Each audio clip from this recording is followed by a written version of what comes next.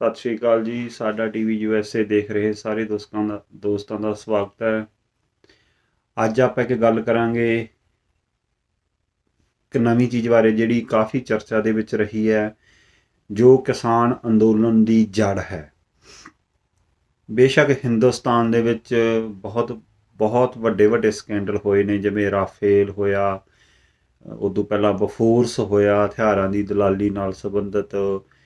ਪਰ ਜਿਹੜਾ ਸਭ ਤੋਂ ਵੱਡਾ ਹੁਣ ਤੱਕ ਦਾ ਸਕੈਂਡਲ ਹੈ ਉਹ ਹੈ ਜੀ ਇਲੈਕਟ੍ਰੋਨਿਕ ਵੋਟਿੰਗ ਮਸ਼ੀਨ ਸਕੈਂਡਲ। ਇਹ ਸਭ ਤੋਂ ਵੱਡਾ ਸਕੈਂਡਲ ਕਿਉਂ ਹੈ? ਕਿਉਂਕਿ ਇਸ ਸਕੈਂਡਲ ਦੇ ਨਾਲ ਸਰਕਾਰਾਂ ਚੁਣੀਆਂ ਜਾਂਦੀਆਂ, ਜਿਸ ਨੂੰ ਚਾਹੁੰਦੇ ਉਹ ਚੁਣਦੇ ਆ, ਅਤੇ ਉਸ ਤੋਂ ਬਾਅਦ ਜਿਹੜੇ ਸਕੈਂਡਲ ਹੁੰਦੇ ਆ ਉਹ ਸਕੈਂਡਲ ਕਰਕੇ ਹੀ ਹੁੰਦੇ ਆ। ਅਸਲ ਦੇ ਵਿੱਚ ਇਲੈਕਟ੍ਰੋਨਿਕ ਵੋਟਿੰਗ ਮਸ਼ੀਨ ਹੈ ਕੀ?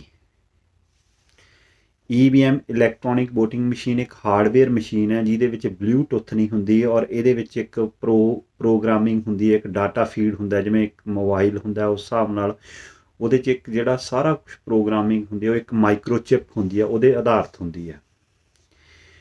EVM ਵੱਖੋ ਵੱਖ ਤਰੀਕਿਆਂ ਨਾਲ ਬਣਾਈ ਗਈ। EVM ਦੇ ਕਈ ਜਿਹੜੇ ਕਹਿ ਲਓ ਰੂਪ ਸਾਹਮਣੇ ਆ, ਜਿਵੇਂ ਇੱਕ ਪਹਿਲਾਂ ਪੰਚ ਕਾਰਡ ਮਸ਼ੀਨ ਸੀ, ਕਾਰਡ ਨੂੰ ਪੰਚ ਕਰਦੇ ਸੀ। ਉਦੋਂ ਬਾਅਦ DRE ਮਸ਼ੀਨ ਸੀ, ਫਿਰ ਇੰਟਰਨੈਟ ਵੋਟਿੰਗ ਮਸ਼ੀਨ ਆ ਗਈ, ਫਿਰ ਦਸਤਾਵੇਜੀ ਡਾਕੂਮੈਂਟਰੀ ਵੋਟਿੰਗ ਮਸ਼ੀਨ ਆ ਗਈ, ਫਿਰ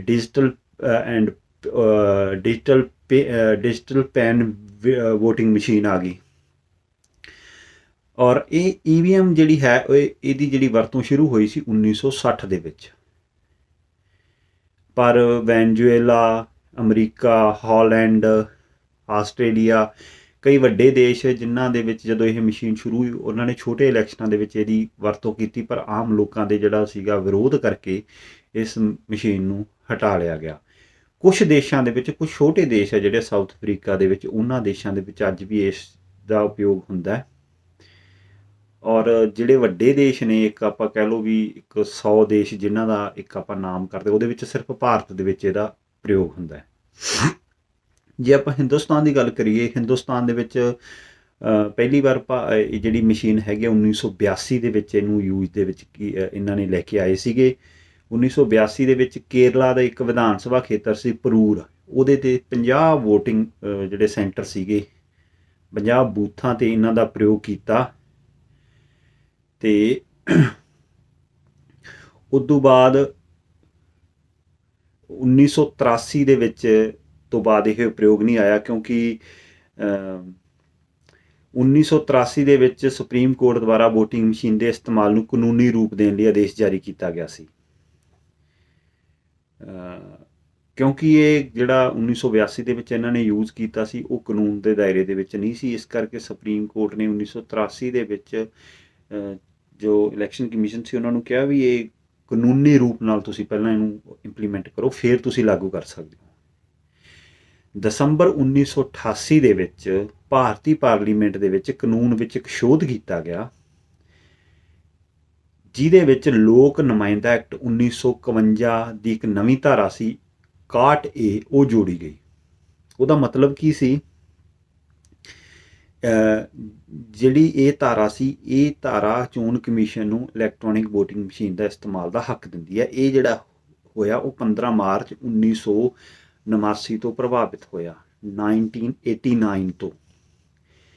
ਕਿਉਂਕਿ ਭਾਰਤ ਦਾ ਜਿਹੜਾ ਸੰਵਿਧਾਨ ਹੈਗਾ ਉਹ ਇਸ ਚੀਜ਼ ਨੂੰ, ਕਿਸੇ ਵੀ ਇਸ ਚੀਜ਼ ਨੂੰ ਮਾਨਤਾ ਨਹੀਂ ਦਿੰਦਾ ਵੀ ਜਿਹੜਾ ਤੁਹਾਡਾ ਬੁਨਿਆਦੀ ਹੱਕ ਹੈ, ਸਭ ਤੋਂ ਜ਼ਰੂਰੀ ਜਿਹੜਾ ਵੋਟ ਦਾ ਹੱਕ ਹੈ, ਜਿਹਦੇ ਨਾਲ ਸਰਕਾਰਾਂ ਬਣਦੀਆਂ, ਉਹ ਕਰਦੀਆਂ, ਜਿਹਦੇ ਨਾਲ ਤੁਸੀਂ ਪਰਿਵਰਤਨ ਲਾ ਸਕੋ, ਉਹਦੇ ਵਿੱਚ ਇਸ ਤਰ੍ਹਾਂ ਦੀ ਚੀਜ਼ ਦਾ ਇਸਤੇਮਾਲ ਹੋਵੇ ਜਿਹੜੀ ਚੀਜ਼ ਨਾਲ ਇਹ ਭੁਲੇਖਾ ਪੈਂਦਾ ਹੋਵੇ, ਇਹ ਡਾਊਟ ਹੋਵੇ ਵੀ ਉਹ ਵੋਟ ਤੁਹਾਡੇ ਉਹਦੀ ਹੇਰ ਫੇਰ ਹੋ ਸਕਦੀ ਹੈ, ਖਾਸ ਕਰਕੇ ਮਸ਼ੀਨੀ।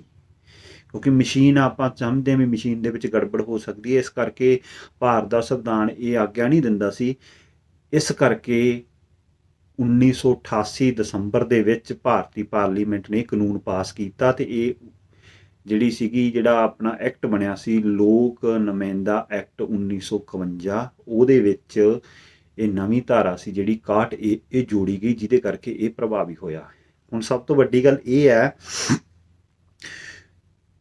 ਬਿਨਾਂ ਇਸ ਤੋਂ ਇਹ ਐਕਟ ਲਾਗੂ ਹੁੰਦਾ ਹੈ, ਪਾਰਲੀਮੈਂਟ ਨੇ ਕਿਹਾ, ਐਕਟ ਬਣ ਗਿਆ। ਲੇਕਿਨ 1998 ਤੋਂ ਬਾਅਦ ਇਹਦਾ ਇਸਤੇਮਾਲ ਸ਼ੁਰੂ ਕੀਤਾ। ਔਰ ਬੜੀ ਇੱਕ ਹੈਰਾਨੀ ਦੀ ਗੱਲ ਹੈ, ਸੁਪਰੀਮ ਕੋਰਟ ਨੇ ਇਹਦੀ ਜਿਹੜੀ ਕਾਨੂੰਨੀ ਮਾਨਤਾ 1988 ਦੇ ਵਿੱਚ 1989 15 ਮਾਰਚ ਤੋਂ ਦਿੱਤੀ ਸੀ, ਲੇਕਿਨ ਸਰਕਾਰ ਦੁਆਰਾ ਵੀ ਇਹ ਗਲਤ ਹੈ ਜਾਂ ਸਹੀ ਹੈ ਉਹਦੇ ਲਈ ਜਿਹੜਾ ਕਮਿਸ਼ਨ ਸੀ ਉਹ 1992-93 ਤੱਕ ਬਣਾਉਂਦੇ ਰਹੇ ਨੇ ਸਰਕਾਰੀ ਲੋਕ। ਚਲੋ ਆਪਾਂ ਰੁਕ ਕੇ ਗੱਲ ਕਰਦੇ ਹਾਂ ਉਹਦੇ ਬਾਰੇ। 1998 ਤੋਂ ਬਾਅਦ ਆਮ ਚੋਣਾਂ ਦੇ ਵਿੱਚ ਹਰੇਕ ਸੰਸਦੀ ਹਲਕੇ ਦੇ ਵਿੱਚ ਤੇ ਵਿਧਾਨ ਸਭਾ ਦੇ ਵਿੱਚ ਇਹਦਾ ਇਸਤੇਮਾਲ ਕੀਤਾ ਗਿਆ। ਪਰ 2004 ਦੀਆਂ ਚੋਣਾਂ ਤੋਂ ਬਾਅਦ, ਆਮ ਚੋਣਾਂ ਤੋਂ ਬਾਅਦ ਸਾਰੇ ਵੋਟਿੰਗ ਸੈਂਟਰਾਂ 'ਤੇ ਇਸਤੇਮਾਲ ਹੋ ਗਈ। ਪਹਿਲਾਂ ਜਿਹੜੀ ਸੀ ਉਹ ਥੋੜ੍ਹੇ ਇੱਕ ਸੈਂਟਰਾਂ 'ਤੇ ਹੁੰਦੀ ਸੀ, ਉਸ ਤੋਂ ਬਾਅਦ ਸਾਰਿਆਂ ਤੋਂ ਹੋ ਗਈ। ਲੇਕਿਨ 2009 ਤੋਂ ਬਾਅਦ ਦੇ ਇਲੈਕਸ਼ਨ ਹਾਰਨ ਤੋਂ ਬਾਅਦ ਸਭ ਤੋਂ ਪਹਿਲਾਂ ਜਿਹੜਾ ਇਹਦਾ ਵਿਰੋਧ ਕੀਤਾ ਸੀ ਉਹ ਭਾਜਪਾ ਵੱਲੋਂ ਕੀਤਾ ਗਿਆ ਸੀ। ਭਾਜਪਾ ਦੇ ਸੀਨੀਅਰ ਲੀਡਰ ਜਿਹੜੇ ਉਸ ਟਾਈਮ ਪ੍ਰਧਾਨ ਮੰਤਰੀ ਪਦ ਦੇ ਦਾਅਵੇਦਾਰ ਸੀ, ਲਾਲ ਕ੍ਰਿਸ਼ਨ ਅਡਵਾਨੀ, ਉਹਨਾਂ ਵੱਲੋਂ ਜਿਹੜੇ ਭਾਰਤੀ ਤੇ ਵਿਦੇਸ਼ੀ ਮਾਹਿਰ ਸੀਗੇ ਉਹ ਲੀਡਰਸ਼ਿਪ ਨਾਲ ਲੈ ਕੇ ਦੇਸ਼ ਭਰ ਦੇ ਵਿੱਚ ਇੱਕ ਮੁਹਿੰਮ ਚਲਾਈ ਗਈ, ਜਿਹੜੀ ਇਲੈਕਟ੍ਰੋਨਿਕ ਵੋਟਿੰਗ ਮਸ਼ੀਨ ਦੇ ਜਿਹੜੀ ਹੈ ਚਲਾਈ ਗਈ ਸੀ। ਈਵੀਐਮ ਨੂੰ ਭਾਰਤੀ ਜਨਤਾ ਪਾਰਟੀ ਦੇ ਨੇਤਾ ਜਿਹੜੇ ਸੁਬਰਮਨਿਅਮ ਸਵਾਮੀ ਆ ਉਹਦੇ ਵੱਲੋਂ ਸੁਪਰੀਮ ਕੋਰਟ ਵਿੱਚ ਵੀ ਚੈਲੰਜ ਕੀਤਾ ਗਿਆ ਸੀ 2009 ਦੇ ਵਿੱਚ। ਔਰ ਸਿਵਲ ਅਪੀਲ ਜਿਹੜੀ ਸੀਗੀ ਉਹਨਾਂ ਵੱਲੋਂ ਪਾਈ ਗਈ ਸੀ ਜਿਹੜੀ ਸੁਪਰੀਮ ਕੋਰਟ, ਮੈਂ ਉਹਦਾ ਨੰਬਰ ਵੀ ਤੁਹਾਨੂੰ ਦੱਸ ਰਿਹਾ 9093/2013। ਤੁਸੀਂ ਇੰਟਰਨੈਟ ਤੋਂ ਉਹ ਫੈਸਲਾ ਕੱਢ ਸਕਦੇ ਹੋ, ਵਿੱਚ ਸੁਪਰੀਮ ਕੋਰਟ ਨੇ ਆਪਣੇ ਫੈਸਲੇ ਵਿੱਚ ਵੀਵੀਪੈਟ ਲਾਉਣ ਦੀ ਤਜਵੀਜ਼ ਦਿੱਤੀ ਸੀਗੀ, ਕਿਉਂਕਿ ਸਵਾਮੀ ਨੇ ਇਹ ਖਦਸ਼ਾ ਪ੍ਰਗਟਾਇਆ ਸੀ ਕਿ ਵੋਟ ਪਾਉਣ ਵੇਲੇ ਮਸ਼ੀਨ ਵਿੱਚ ਗੜਬੜ ਹੋ ਸਕਦੀ ਹੈ, ਕਿਸੇ ਹੋਰ ਦੀ ਵੋਟ ਕਿਸੇ ਹੋਰ ਨੂੰ ਪੈ ਸਕਦੀ ਹੈ। 2-3 ਜਿਹੜੀਆਂ ਗੱਲਾਂ ਹੈਗੀਆਂ ਉਹ ਇੱਥੇ ਜ਼ਰੂਰੀ ਹੈ ਵੀ 2013 ਦੇ ਵਿੱਚ ਜਿਹੜਾ ਸਿਵਲ ਅਪੀਲ ਹੈ ਉਹ ਕੇਸ ਅੱਜ ਵੀ ਸੁਪਰੀਮ ਕੋਰਟ ਦੇ ਵਿੱਚ ਚੱਲ ਰਿਹਾ। ਔਰ ਉਸ ਕੇਸ ਦੇ ਵਿੱਚ ਦੇਖੋ ਡਾਊਟ ਆਪਣੇ ਆਪਣੇ ਸਮੇਂ ਦੇ ਅਨੁਸਾਰ ਹੁੰਦੇ ਰਹੇ ਆ। ਉਸ ਟਾਈਮ ਜਿਹੜਾ ਸਵਾਮੀ ਦਾ ਡਾਊਟ ਸੀ ਉਹ ਇਹ ਸੀ ਵੀ ਕਿਸੇ ਦੀ ਵੋਟ ਕਿਸੇ ਨੂੰ ਪੈ ਰਹੀ ਹੈ, ਸਾਡੇ ਕੋਲ ਇਹ ਪ੍ਰੂਫ ਨਹੀਂ ਵੋਟ ਕਿਹਨੂੰ ਪਈ ਹੈ। ਤਾਂ ਸੁਪਰੀਮ ਕੋਰਟ ਨੇ ਲੰਬੇ ਇੰਤਜ਼ਾਰ ਤੋਂ ਬਾਅਦ 2018 ਦੇ ਵਿੱਚ ਇਹ ਜ਼ਰੂਰੀ ਕਰਤਾ ਵੀ ਵੀਵੀਪੈਟ ਜਿਹੜਾ ਹੈਗਾ, ਇਹ ਵੀਵੀਪੈਟ ਇੱਕ ਛੋਟਾ ਪ੍ਰਿੰਟਰ ਹੈ ਜਿਹੜਾ ਮਸ਼ੀਨ ਨਾਲ ਲੱਗੂਗਾ, ਉਹਦੇ 'ਚ ਇੱਕ ਪ੍ਰਿੰਟ ਨਿਕਲੂਗਾ ਤੇ ਜਿਸ ਦੇ ਵਿੱਚ ਜਿਹਨੂੰ ਤੁਸੀਂ ਵੋਟ ਪਾਈ ਆ ਉਹਦਾ ਇੱਕ ਨਿਸ਼ਾਨ ਛਪੂਗਾ, ਤਾਂ ਕਿ ਤੁਹਾਨੂੰ ਪਤਾ ਲੱਗ ਜੇ ਵੀ ਇਹ ਵੋਟ ਪਾਉਣ ਦੀ ਤਸਦੀਕ ਹੋ ਗਈ ਹੈ। ਹੁਣ ਸਭ ਤੋਂ ਵੱਡੀ ਗੱਲ ਇਹ ਹੈ ਵੀ ਜਿਹੜਾ ਮਸ਼ੀਨ ਤੁਸੀਂ ਵੋਟ ਪਾਓਗੇ ਉਹ ਵੀਵੀਪੈਟ ਹੈ ਜਿਹੜੀ, ਉਹ ਵੀਵੀਪੈਟ ਜੇ ਕਿਤੇ ਇਲੈਕਸ਼ਨ ਦੇ ਵਿੱਚ ਤੁਹਾਨੂੰ ਡਾਊਟ ਹੋਵੇ ਉਹ ਵੀਵੀਪੈਟ ਦੀ ਗਿਣਤੀ ਹੋ ਸਕਦੀ ਹੈ ਜਾਂ ਨਹੀਂ ਹੋ ਸਕਦੀ, ਔਰ ਉਸ ਵੀਵੀਪੈਟ ਦੀ ਗਿਣਤੀ ਹੈ ਉਹ ਕੌਣ ਮੰਗ ਕਰ ਸਕਦਾ ਹੈ। ਪਹਿਲੀ ਗੱਲ ਜਿਹੜੀ ਸਿਵਲ ਅਪੀਲ ਹੈ ਸਵਾਮੀ ਦੀ ਹੈਗੀ ਆ, ਉਹਦੇ ਵਿੱਚ ਜਿਹੜਾ ਜੱਜਮੈਂਟ ਹੈ ਉਹਦੇ ਵਿੱਚ ਸੁਪਰੀਮ ਕੋਰਟ ਆਪਣੇ ਆਪ ਦੇ ਵਿੱਚ ਬੜਾ ਭੰਬਲ ਭੂਸੇ 'ਚ ਹੈ। 28 ਤੇ 30 ਨੰਬਰ ਉਹਦੀ ਜਿਹੜੀ ਪਹਿਰਾ ਹੈਗਾ ਕਾਲਮ ਨੇ, 28 ਨੰਬਰ ਦੇ ਵਿੱਚ ਕਾਲਮ ਦੇ ਵਿੱਚ ਉਹ ਇਹ ਗੱਲ ਕਹਿੰਦਾ ਸੁਪਰੀਮ ਕੋਰਟ ਵੀ ਵੀਵੀਪੈਟ ਹੈ ਜਿਹੜੀ ਉਹ ਹਰੇਕ ਹਲਕੇ ਦੇ ਵਿੱਚ ਲੱਗਣੀ ਚਾਹੀਦੀ ਹੈ, ਹਰੇਕ ਮਸ਼ੀਨ ਤੇ ਲੱਗਣੀ ਚਾਹੀਦੀ ਹੈ। ਔਰ 30 ਨੰਬਰ ਪੁਆਇੰਟ ਦੇ ਵਿੱਚ ਉਹ ਲਿਖਦਾ ਹੈ ਵੀ ਇਹਨੂੰ ਕਿਸ਼ਤਾਂ ਦੇ ਵਿੱਚ ਲਾਓ। ਹੁਣ ਗੱਲ ਇਹ ਹੈ ਵੀ ਜਿਹੜੇ ਇਲੈਕਸ਼ਨ ਅੱਜ ਆਉਂਦੇ ਆ ਉੱਥੇ ਵੀਵੀਪੈਟ ਹੀ ਨਹੀਂ ਲੱਗੀ, ਇਟ ਮੀਨਸ ਤੁਹਾਡਾ ਜਿਹੜਾ ਫੰਡਾਮੈਂਟਲ ਰਾਈਟਸ ਹੈ ਉਹਦੀ ਸੁਪਰੀਮ ਕੋਰਟ ਆਪ ਧੱਜੀਆਂ ਉਡਾ ਰਿਹਾ, ਕਿਉਂਕਿ ਅੱਜ ਉਹਦਾ ਇਸਤੇਮਾਲ ਨਹੀਂ ਹੋਇਆ, ਇਟ ਮੀਨਸ ਤਾਂ ਸੁਪਰੀਮ ਕੋਰਟ ਦਾ ਫੋਲੋ ਨਹੀਂ ਹੋਇਆ। ਨੰਬਰ 2, ਜਿਹੜਾ ਹੁਣ ਡਾਊਟ ਚੱਲ ਰਿਹਾ ਇਲੈਕਟ੍ਰੋਨਿਕ ਵੋਟਿੰਗ ਮਸ਼ੀਨ ਬਾਰੇ, ਵੀਵੀਪੈਟ ਤਾਂ ਦੂਰ ਹੋ ਗਿਆ। ਅੱਜ ਇਹ ਹੈ ਵੀ ਜੇ ਤੁਹਾਡੀ ਇਲੈਕਸ਼ਨ ਜੇ ਤੁਸੀਂ ਲੜਦੇ ਹੋ ਤਾਂ ਉਹਦੇ ਵਿੱਚ ਮੇਨ ਪਾਰਟੀਆਂ ਜਿਹੜੀਆਂ ਹੈਗੀਆਂ, ਪਹਿਲੇ 2 ਬੰਦੇ, ਹਾਰਨ ਵਾਲਾ ਤੇ ਜਿੱਤਣ ਵਾਲਾ। ਹਾਰਨ ਵਾਲਾ ਮਤਲਬ ਰਨਰ ਅਪ ਜਿਹੜਾ ਪਹਿਲੇ ਨੰਬਰ ਤੇ ਰਿਹਾ, ਸੈਕਿੰਡ ਨੰਬਰ ਤੇ ਰਿਹਾ। ਉਸ ਤੋਂ ਇਲਾਵਾ ਤੀਜੇ ਨੰਬਰ ਵਾਲਾ ਵੋਟਿੰਗ ਮਸ਼ੀਨ ਦੀ ਵੋਟਿੰਗ ਕਾਊਂਟੀ ਦੀ ਡਿਮਾਂਡ ਨਹੀਂ ਕਰ ਸਕਦਾ। ਹੋਣਾ ਇਹ ਚਾਹੀਦਾ ਜੇ ਵੀਵੀਪੈਟ ਲਾ ਵੀ ਦਿੱਤੀ ਜਾਂਦੀ ਹੈ ਤਾਂ ਜਿੱਥੇ ਕੋਈ ਹੋਵੇ ਵੀ ਵੀਵੀਪੈਟ ਦੀ ਗਿਣਤੀ ਤੇ ਉਹ ਉਹਨਾਂ ਦੀ ਗਿਣਤੀ ਜਿਹੜੀ ਹੈਗੀ ਹੈ ਮਸ਼ੀਨਾਂ ਦੀ ਉਹ ਬਰਾਬਰ ਆਉਂਦੀ ਹੋਵੇ, ਕਿਉਂਕਿ ਜਿਹੜਾ ਇੱਕ ਵੱਡਾ ਸਵਾਲ ਪੈਦਾ ਹੋਇਆ ਪਿਛਲੇ ਦਿਨੀ ਉਹ ਹੋਇਆ ਵੀ ਵੋਟ ਤੁਹਾਨੂੰ ਸ਼ੋਅ ਹੋ ਰਿਹਾ, ਤੁਸੀਂ ਉਦੋਂ ਵੋਟ ਪਾਤੀ, ਪ੍ਰਿੰਟ ਨਿਕਲਿਆ, ਤੁਸੀਂ ਦੇਖ ਲਿਆ ਤੁਹਾਨੂੰ ਵੋਟ ਪੈ ਗਈ, ਲੇਕਿਨ ਜਦੋਂ ਤੁਹਾਡੀ ਵੋਟਾਂ ਦੇ ਵਿੱਚ ਗਿਣਤੀ ਹੈ ਉਦੋਂ ਬਾਅਦ ਉਹਦੇ ਵਿੱਚ ਪ੍ਰੋਗਰਾਮਿੰਗ ਰਾਹੀਂ ਡਾਟਾ ਟਰਾਂਸਫਰ ਹੋ ਜਾਂਦਾ ਇੱਕ ਮਸ਼ੀਨ ਤੋਂ ਦੂਜੀ ਮਸ਼ੀਨ ਤੱਕ। ਇਹ ਵੇਖਣ ਦੇ ਵਿੱਚ ਆਇਆ ਔਰ ਇਹਦਾ ਸਰਕਾਰ ਕੋਲੇ ਕੋਈ ਜਵਾਬ ਨਹੀਂ ਹੈ, ਕਿਉਂਕਿ ਹਰਿਆਣਾ ਦੇ ਵਿੱਚ ਇਲੈਕਸ਼ਨ ਹੁੰਦੇ ਨੇ, ਜੀਂਦ ਉਪ ਚੁਣਾਵ, ਉਸ ਇਲੈਕਸ਼ਨ ਦੇ ਵਿੱਚ ਹਰਿਆਣਾ ਦੇ ਜਿਹੜੇ ਸਾਬਕਾ ਸੀਐਮ ਦੇ ਬੇਟੇ ਅਭੈ ਸਿੰਘ ਚੌਟਾਲਾ, ਉਹਨਾਂ ਨੇ 150-200 ਐਫੀਡੇਵਿਟ ਹਾਈ ਕੋਰਟ ਦੇ ਵਿੱਚ ਸਬਮਿਟ ਕਰਵਾਇਆ ਸੀ ਵੀ ਇਹ ਬੰਦੇ ਕਹਿੰਦੇ ਆ ਵੀ ਇੱਕ ਪਿੰਡ ਦਾ ਉਹਨਾਂ ਨੇ ਗੱਲ ਕੀਤੀ ਵੀ ਕਈ ਪਿੰਡਾਂ ਦੇ ਵਿੱਚ ਉਹਨਾਂ ਨੂੰ 0-0 ਵੋਟ ਮਿਲੀ, ਪਰ ਉਹਨਾਂ ਨੇ ਇਹ ਗੱਲ ਦੀ ਕੀਤੀ ਵੀ ਬੇਸ਼ੱਕ ਸਾਡੀ ਵੋਟ ਪਰਸੈਂਟੇਜ ਘੱਟ ਸੀ, ਪਰ ਕਈ ਵੋਟ ਜਿੱਥੇ ਸਾਡੇ ਕੋਲੇ ਬੰਦੇ ਐਫੀਡੇਵਿਟ ਦੇ ਰਹੇ ਆ ਵੀ ਭਾਈ ਅਸੀਂ ਵੋਟ ਪਾਈ ਹੈ ਪਰ ਸਾਡੀ ਵੋਟ ਇੱਥੋਂ 0-0 ਗਈ, ਉਹ ਵੋਟ ਕਿੱਥੇ ਗਈ ਹੈ। ਹੁਣ ਅਸਲ ਦੇ ਵਿੱਚ ਹੁੰਦਾ ਕੀ ਹੈ, ਹੁੰਦਾ ਇਹ ਹੈ, ਇਹ ਇੱਕ ਹਿਸਾਬ ਨਾਲ ਜਿਵੇਂ ਆਪਾਂ ਫੋਨ ਦੇ ਵਿੱਚ ਪੈਸੇ ਟਰਾਂਸਫਰ ਕਰਦੇ ਹਾਂ ਉਸ ਤਰ੍ਹਾਂ ਦੀ ਗੇਮ ਹੈ। ਇਲੈਕਸ਼ਨ ਦੇ ਵਿੱਚ ਕਿਹੜੇ ਉਮੀਦਵਾਰ ਤੋਂ ਕਿਹਨੂੰ ਟਰਾਂਸਫਰ ਕੀਤੀਆਂ ਗਈਆਂ ਵੋਟਾਂ ਇਹ ਡਿਸਾਈਡ ਕਰਦੀਆਂ ਜਿੱਤ ਹਾਰ। ਜ਼ਰੂਰੀ ਨਹੀਂ ਹੁੰਦਾ ਵੀ ਤੁਸੀਂ ਕਿਸੇ ਨੂੰ ਜਿਤਾਉਣਾ ਹੈ, ਇਹ ਕਿਸੇ ਨੂੰ ਹਰਾ ਵੀ ਦਿੰਦੇ ਆ।